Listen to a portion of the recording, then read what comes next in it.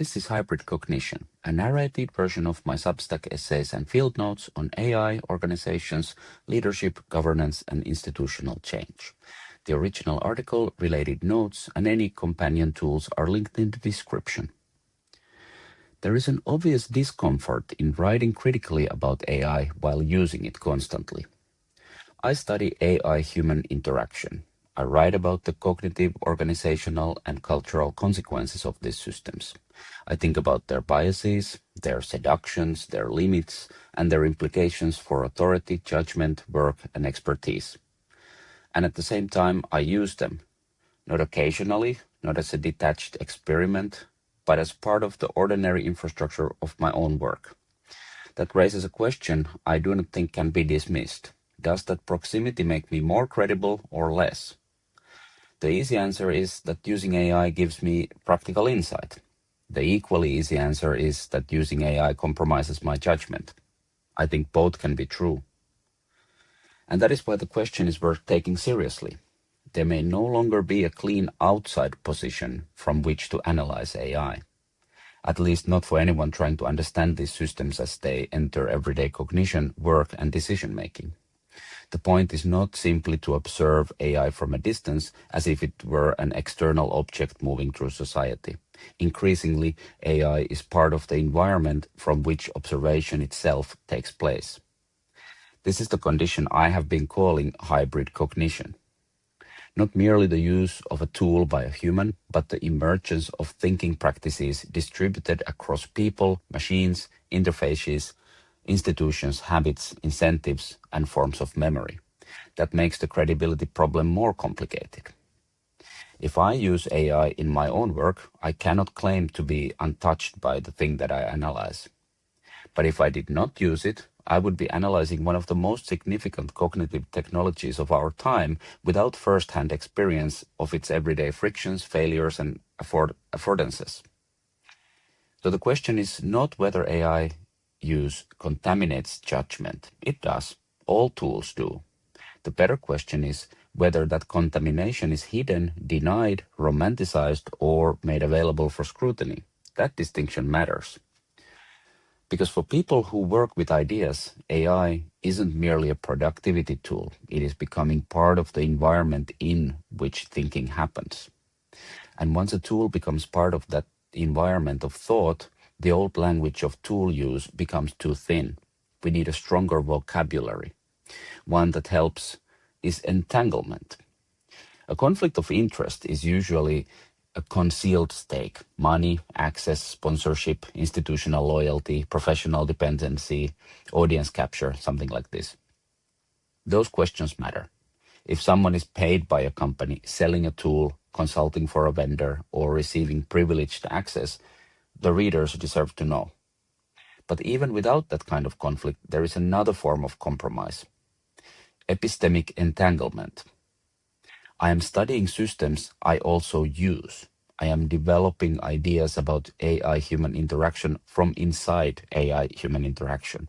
I'm not just observing hybrid cognition, I am practicing it. That proximity creates insight. It also creates distortion. The task is not to pretend otherwise. The task is to name the distortions clearly enough that readers can judge the work by themselves. The first risk is normalization bias. The closer one gets to the frontier, the easier it is to mistake the frontier for the world. If you are constantly using the latest models, testing new interfaces, reading AI research, experimenting with agents, and following product releases in real time, your sense of what is normal begins to drift. What feels obvious to the intensive user may still be strange, inaccessible, unreliable, or completely irrelevant to most people.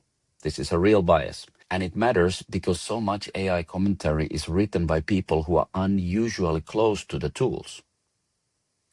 The second risk is capability bias. When I say that AI can do something, I have to ask, which AI? Under what conditions? With what context? In whose hands? With what surrounding practice? A frontier model used by someone with strong domain knowledge, clear standards, careful verification habits, and good control over context is not the same practical object as a weaker model used casually inside a default interface. To say that AI can do something may be true, but it may also hide the conditions that made it true. The third risk is competence masking. Good AI use often hides the competence of the user. A strong output may depend less on the model than on the person who knew what to ask, what to reject, what to verify, what to preserve, and what to do next. The model may appear intelligent because it is being held inside an intelligent practice. This is one of the most important points in the whole discussion. Much of the public conversation treats performance as if it belongs either to the machine or to the human. But the more interesting unit is the system itself: user, model, prompt, memory, sources, interface, standards, context, revision loop. A capable human-machine system can easily be misread as a capable machine. The fourth risk is reflexive capture. A tool that helps me formulate thoughts also participates in teaching me what a formulated thought looks like. If I repeatedly use AI to summarize, draft, compare, organize, or challenge ideas, its patterns may begin to shape what feels natural, complete, or persuasive to me. This does not mean AI controls my thinking. It means that a system used for thought becomes part of the conditions under which thought develops. The fifth risk is incentive drift. Writing about AI rewards proximity to novelty. There is always a new model, benchmark, product, agent, failure, controversy, or demonstration. Being early is rewarded. Being slow, skeptical, and careful is less visible. But credibility often requires being slower than the feed. These risks are not reasons to avoid writing about AI, they are reasons to write differently. And they point to a deeper issue. We often speak about AI as something people use, but use may be too thin of a word. The more important question is how AI becomes incorporated into the loops by which people think, remember, decide, write, search, plan, and act. A tool can be used without being incorporated. I can open a chatbot, ask a question, copy an answer, and close the tab. That is use. It may be helpful or unhelpful, careful or careless, trivial or consequential. Incorporation is different. A tool becomes incorporated when it takes up a recurring position inside a practice. It becomes part of how work begins, how information is found, how uncertainty is managed, how claims are checked, how drafts are revised, how decisions are prepared, how memory is externalized, how attention is directed. That shift matters because incorporated tools are not merely instruments. They become part of the conditions under which judgment is exercised. This is especially important with AI because AI tools have softer edges than earlier software. What I mean by that, before AI, tools were usually more purpose-bound.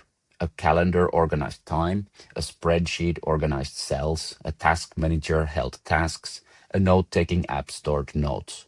Of course, people still could stretch these tools far beyond their intended use. Excel is a good example. People use it for anything. Inboxes become task managers, notes apps become elaborate life operating systems, and so on. But the tool structure still pushed back. Its interface, limitations, and learning curve made its intended use relatively legible. AI softens those edges. An AI tool may be sold as an email assistant, a search assistant, a writing assistant, a meeting assistant, a research assistant, or a personal agent. But because it responds to natural language, it can appear useful almost anywhere. You can ask it to summarize, draft, compare, plan, advise, classify, rewrite, search, remember, prioritize, and explain. It will usually try. It may even produce something plausible. This is powerful. It is also disorienting. AI does not only expand what tools can do, it blurs the boundary of what a tool is for. This is one of the under-discussed problems of AI tools, scope blur. Scope blur happens when a tool has a specific product identity but a much broader linguistic surface. The product may be framed as an assistant for email, search, notes, meetings, documents, or planning, but the model inside it can respond to almost any interaction or instruction. The result is that the boundary between this is what the tool is for and this is merely something the tool can be made to do becomes harder to see. Older tools often failed loudly when misused. AI tools can fail smoothly. They produce an answer, a summary, a plan, a recommendation, or a rewrite. The output may be coherent enough to keep the user moving, even if the tool has entered the wrong part of the workflow. This is one of the subtle dangers of AI incorporation. The problem is not only that people use AI badly, it is that AI can make bad use feel productive. The wrong AI tool does not always fail by breaking. Sometimes it fails by working just well enough to distort the work. That distortion may be small at first. A search assistant becomes a source of premature certainty. An email assistant becomes a filter through which relationships are managed. A note assistant becomes an external memory without clear rules of what should be remembered. A writing assistant becomes a producer of plausible prose before the writer has formed a position. A planning assistant becomes a way of avoiding the discomfort of deciding what actually matters. None of this means such tools are bad. It means their flexibility creates a new kind of responsibility. The more willing a tool is to say yes, the more important it becomes to know when the answer should be no. This is where many conversations about AI tools go wrong. The internet is not short of AI guides. Many are genuinely useful. They show how to install, connect, configure, and troubleshoot systems. They lower the barrier to entry. They make experimentation possible. But they often stop at the wrong moment. They show you how to make the tool run, but they rarely ask where the tool belongs. This is the configuration fallacy, the assumption that a working setup is the same as a working practice. A working installation is not the same thing as a working practice. The fact that a tool runs does not mean it has entered the work. A setup guide can tell me how to connect an assistant to a messaging app. It cannot tell me whether the assistant should be able to see those messages, what authority it should have, when it should interrupt me, what it should remember, what I should verify, what it should never do, or whether I'm solving a real problem rather than indulging a fantasy of future productivity. Earlier digital tools often had more technical friction. Setting up a personal knowledge system, an Obsidian Vault, a Zettelkasten, a complex Notion workspace, or an automated stack required deliberate effort. That effort did not guarantee wisdom. Plenty of people built elaborate empty systems. But the friction forced some decisions before the system could become useful. AI changes this. The tool can explain itself, suggest its own use cases, generate scripts, debug configuration problems, and help set up the environment in which it will later operate. This lowers the barrier to experimentation, which is useful, but it also lowers the barrier to misplacement. When setup becomes easy, judgment becomes scarce. The old question was whether people could make the system work. The new question is whether they know what kind of work the system should be allowed to do. This is why tool-first AI use is often so disappointing. A tool-first approach begins with a possibility. Here is a new system. Here is what it can do. Here is a guide to set it up. Here are 10 workflows it might transform. Here is how it could become your assistant, researcher, writer, chief of staff, coach, memory, analyst, or second brain. A loop-first approach begins somewhere else. Here is a recurring pattern in my work. Here is where I lose time. Here is where I lose judgment. Here is where I avoid starting. Here is where I fail to remember. Here is where I accept shallow answers. Here is where I need resistance. Here is where I need speed. Here is where I need slowness. Only after that does the tool become meaningful. The serious question isn't what can I automate? It is what should be allowed to participate in this part of my thinking. This question becomes more important as AI tools become more capable, more flexible, and more ambient. The danger is not only that people will use bad tools, it is that they will use good tools in the wrong place. And because AI tools are purpose fluid, the wrong place may not feel wrong immediately. The system may still produce outputs. It may still seem helpful. It may still create the feeling that work is actually happening. That is precisely the danger. AI can turn misincorporation into a smooth experience.